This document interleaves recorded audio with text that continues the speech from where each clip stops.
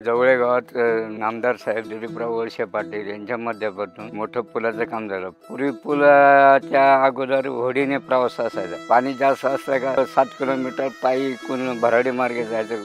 काही लोक काय करायचे, पाणी जर कमी जास्त असलं तर पाण्यातून मार्ग काढायचे, त्यामुळे जीविताला धोका असायचा। याच्या पलीकडचा लोखंडी पूल होता, त्यावर भरपूर खड्डे, आम्हाला शाळेत जायला खूप उशीर व्हायचा। नदीला पाणी जर सोडलं तर त्या पुलावरनं पाणी जायचं। त्या गावात जाण्याचा एकमेव मार्ग म्हणजे हा पूल आहे। पहिले जायचं म्हटलं का घरच्यांना काळजी लागायची, नदीला पाणी वगैरे आहे का नाही।